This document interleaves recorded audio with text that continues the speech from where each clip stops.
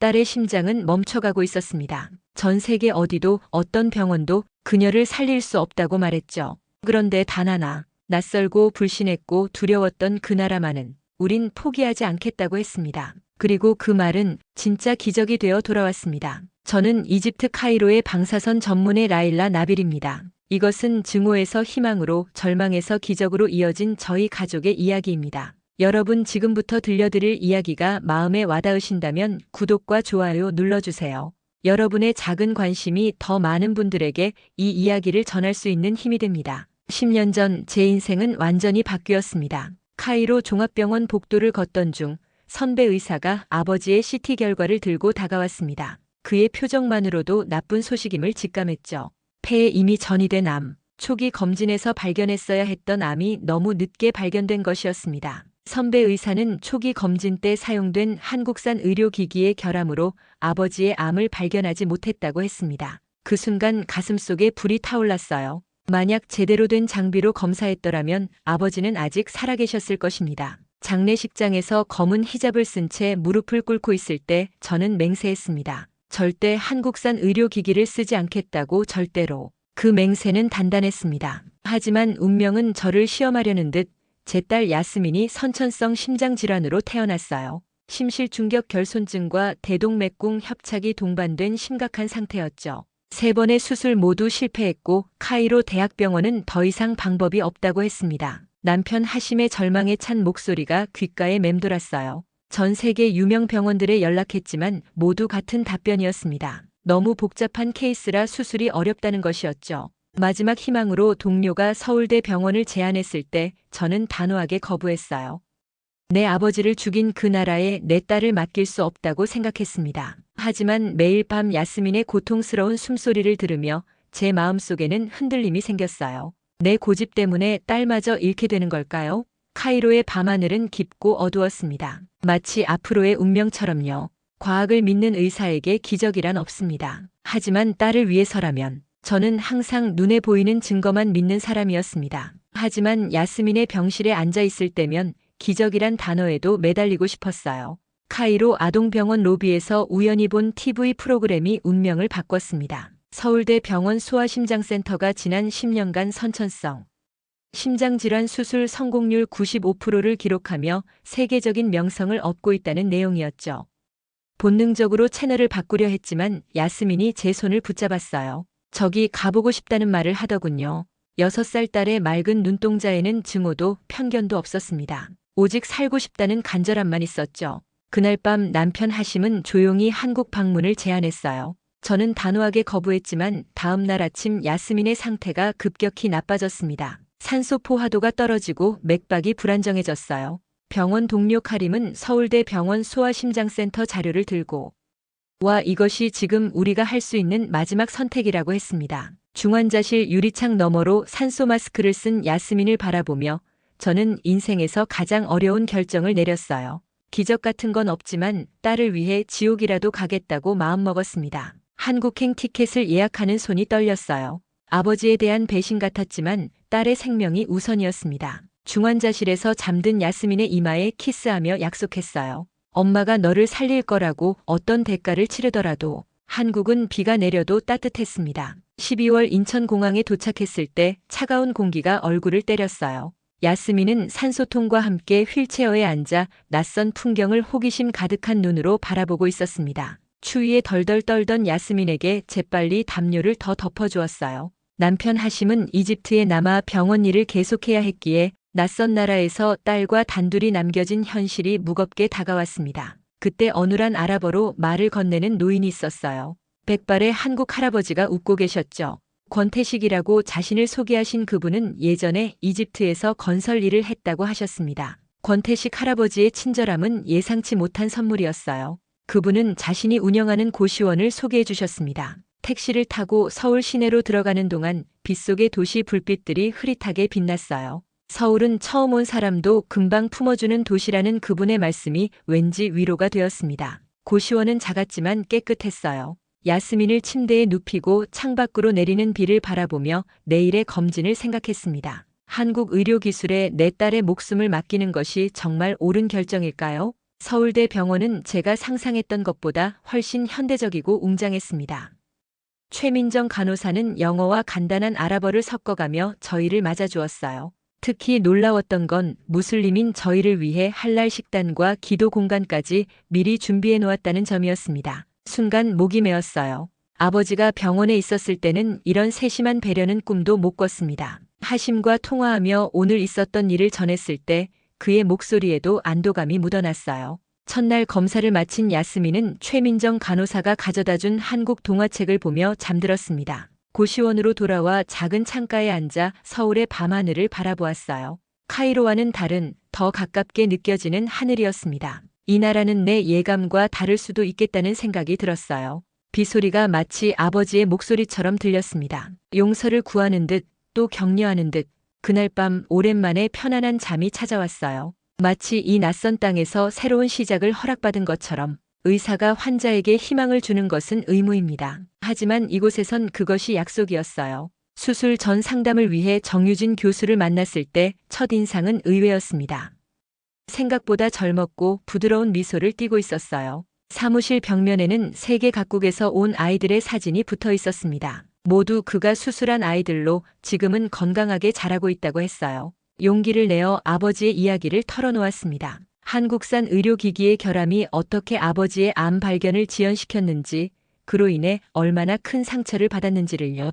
정유진 교수는 차분히 제 이야기를 듣더니 진심 어린 공감을 표했습니다. 그런 일을 경험했는데도 저희 병원을 찾아주신 것에 감사하다며 그 일이 있었다 해도 오늘 당신 딸을 살릴 것이라고 약속했어요. 야스민의 심장 상태는 심각했습니다. 이전 수술들의 합병증으로 더 복잡해진 상황이었어요. 정유진 교수는 3D 모델을 보여주며 새로운 판막 삽입과 대동맥궁 재건 수술 계획을 자세히 설명했습니다. 병실로 돌아오는 길 김수진 간호사가 야스민에게 동화책을 읽어주고 있었어요. 그녀에게 왜 이렇게까지 신경 써주는지 물었더니 자신의 동생도 어릴 때 비슷한 수술을 받았기에 그 두려움을 알기 때문이라고 했습니다. 이곳의 의료진들은 단순히 환자를 치료하는 것을 넘어 마음으로 돌보고 있었어요. 권태식 할아버지도 매일 병원에 들러 야스민에게 작은 선물을 가져다 주셨습니다. 그는 야스민을 손녀라고 부르셨어요. 카이로에서는 상상도 못했던 따뜻한 공동체가 여기 서울에서 형성되고 있었습니다. 그날 밤 저는 오랜 시간 마음속에 품고 있던 한국에 대한 분노와 증오가 조금씩 녹아내리는 것을 느꼈어요. 그 자리에 진심이라는 새로운 감정이 자라나고 있었습니다. 의사였던 저는 성공률 40%가 얼마나 낮은지 알았습니다. 하지만 어머니로서는 그 40%의 모든 것을 걸었어요. 수술 전날 밤 야스민은 내일 수술하면 괜찮아질 수 있냐고 물었습니다. 아이의 맑은 눈동자에 거짓말을 할 수 없었지만 불안함을 전해주고 싶지도 않았어요. 의사 선생님들이 최선을 다할 거라고, 엄마도 곁에 있을 거라고 대답했습니다. 야스민은 꼭 돌아오겠다고 약속했어요. 그 말에 눈물이 핑 돌았습니다. 작은 몸에서 느껴지는 심장 박동이 너무도 소중했어요. 수술 당일 아침 병원 옥상에서 조용히 기도했습니다. 서울의 전경이 발 아래 펼쳐졌어요. 이번엔 한번 믿어보겠다고 중얼거렸습니다. 수술실 앞에서 마취 마스크가 야스민의 작은 얼굴을 덮을 때 그 아이는 마지막으로 꼭 돌아오겠다고 말했어요. 10시간의 수술 동안 대기실에서 초조하게 기다렸습니다.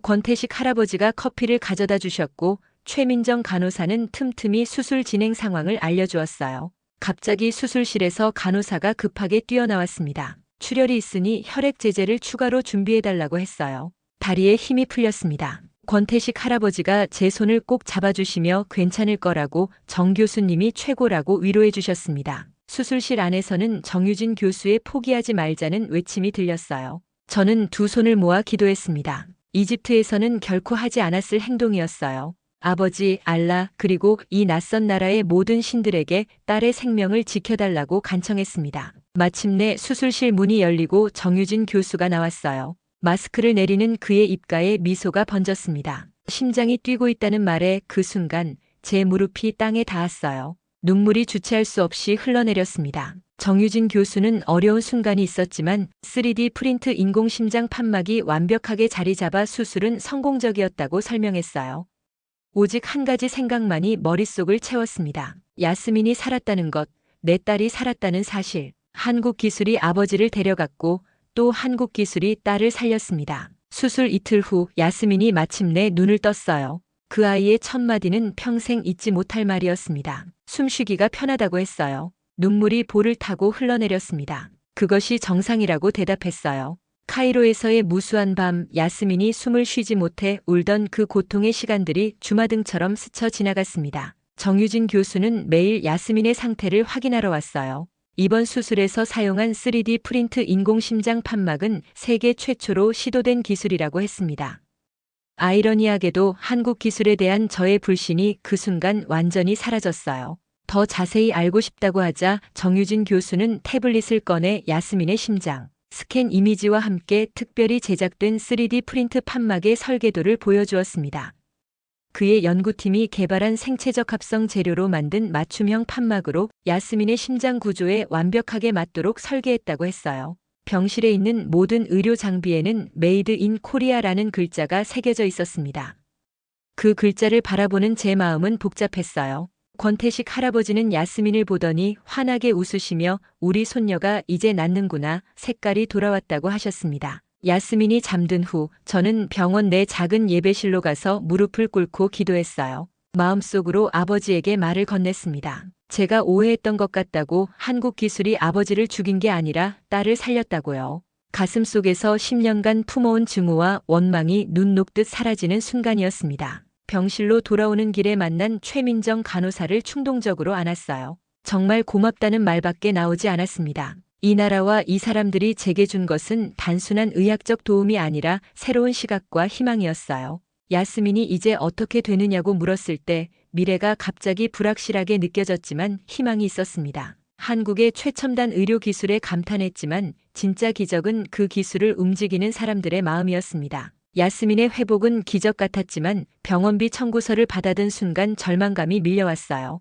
고급 의료 기술의 대가는 저희 가족이 감당할 수 없는 금액이었습니다. 이 좋은 의료도 결국 돈 앞에서는 의미 없구나 하고 병원 복도 벤치에 앉아 중얼거렸을 때 최민정 간호사가 제 옆에 앉았어요. 그녀의 걱정 어린 눈빛에 모든 것을 털어놓았습니다. 남편 하심이 이집트에서 모든 자산을 동원해도 이 금액은 감당하기 어렵다는 것, 그리고 야스민의 후속 치료 비용까지 생각하면 앞이 캄캄하다는 사실을요.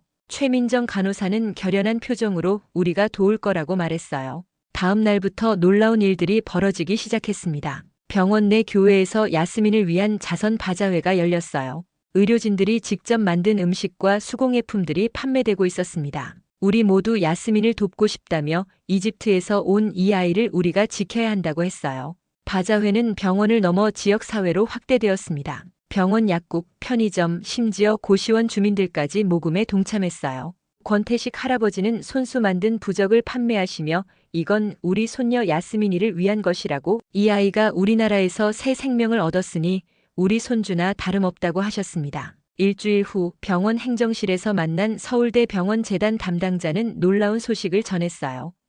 야스민을 병원의 특별 생명 지원 대상으로 선정했으며 남은 치료비는 재단에서 지원해주겠다고 했습니다. 지역사회와 의료진들의 모금 그리고 재단의 지원이 합쳐져 야스민의 치료비를 충당할 수 있게 되었다고요. 그 자리에서 무릎이 꺾였습니다. 이런 일은 카이로에서는 상상도 할 수 없었어요. 고시원 옥상에서 서울의 밤하늘을 바라보며 깊은 감사함을 느꼈습니다. 이건 병원이 아니라 사람들의 품이었다는 생각이 들었어요. 하심에게 전화를 걸어 모든 일을 전했습니다. 이곳 사람들이 우리 딸을 위해 모금을 했다고, 전혀 모르는 사람들이 그렇게 했다고요. 하심의 떨리는 목소리에서 그 역시 감동했음을 느낄 수 있었습니다. 다음 날 병원에서 작은 감사 파티가 열렸어요.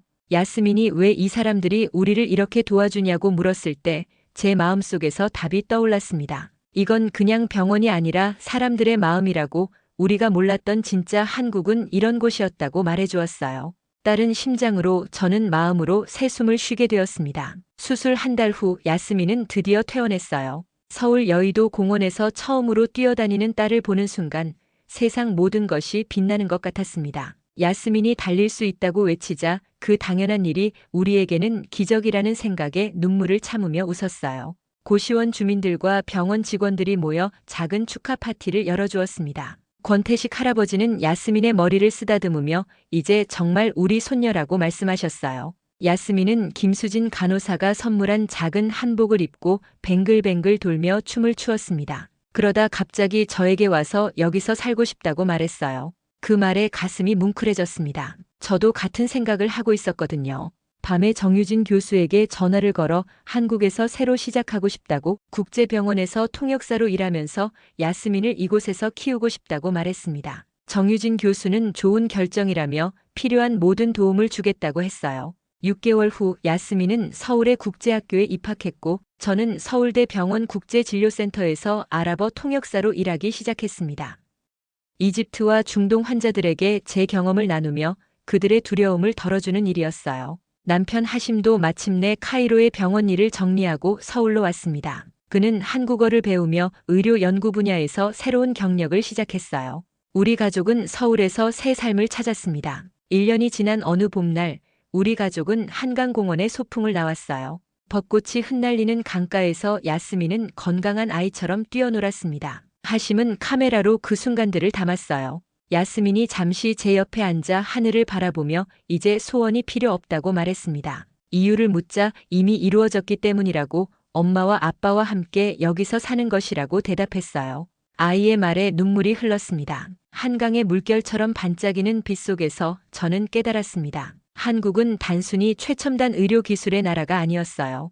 이곳은 진심으로 다른 사람을 배려하는 마음이 모여 기적을 만드는 곳이었습니다. 권태식 할아버지는 야스민에게 연을 만드는 법을 가르쳐 주셨어요. 푸른 하늘로 올라가는 연을 보며 야스민이 하늘에 닿을 것 같다고 소리쳤습니다. 저는 닿을 수 있을 거라고 대답했어요. 제 마음속에서 아버지를 향한 오래된 원망은 완전히 사라졌습니다. 그 자리에는 감사와 평화가 자리 잡았어요.